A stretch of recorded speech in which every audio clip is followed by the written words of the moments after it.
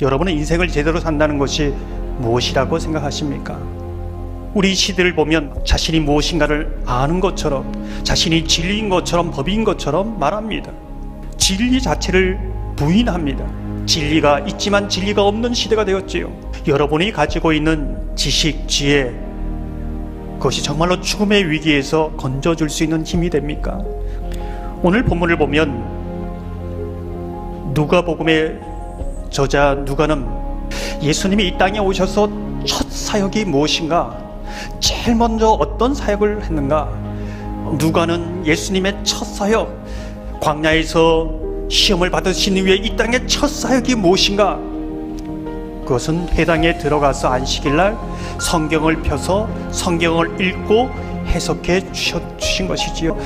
두 사람을 예수님께서 비유하여 말씀하십니다. 구약의 사렙다 가부와 나만 장군입니다. 왜 이 두 사람을 이야기하실까?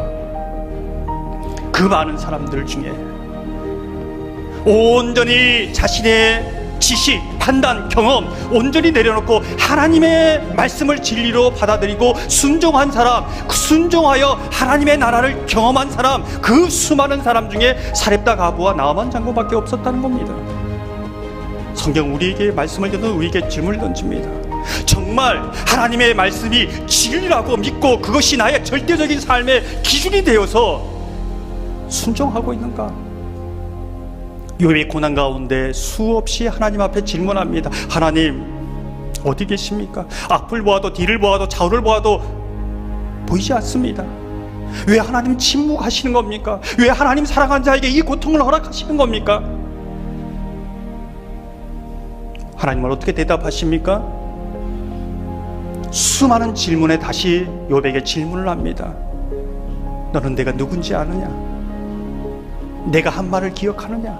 천지 만물 가운데 하나님의 말씀을 어떻게 이루고 계신지 귀로 지식으로가 아니라 눈으로 보아라.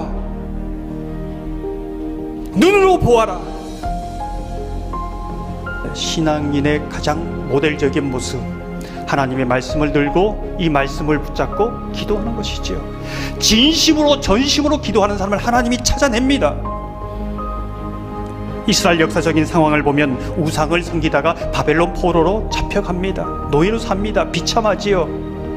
암흑입니다. 내일이 없습니다. 스스로 나올 수도 없는 것입니다. 근데 복음이라는 것은 옮겨주는 겁니다. 옮겨주는 겁니다.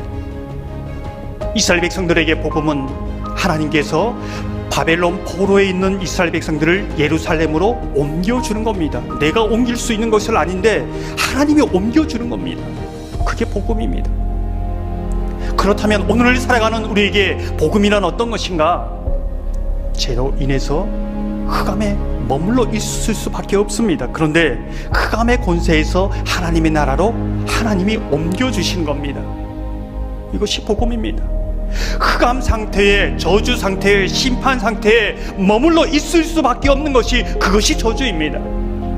이제는 이 땅 가운데 오신 예수 그리스도를 통해서, 예수 그리스도의 죽음과 부활을 통해서 우리를 이 세상 나라에서 하나님의 나라로 옮겨주신다고 말씀하고 있는 것이지요. 이것이 복음입니다. 우린 수없이 이 세상을 살아가면서 흑암을 경험합니다. 죽음을 경험합니다.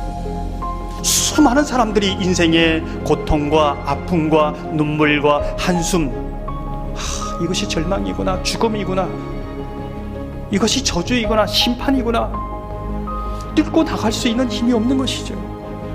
그런데 하나님은 옮겨주십니다. 죽음에 머물러 있는 것이 아니라 부활로, 생명으로 옮겨주십니다.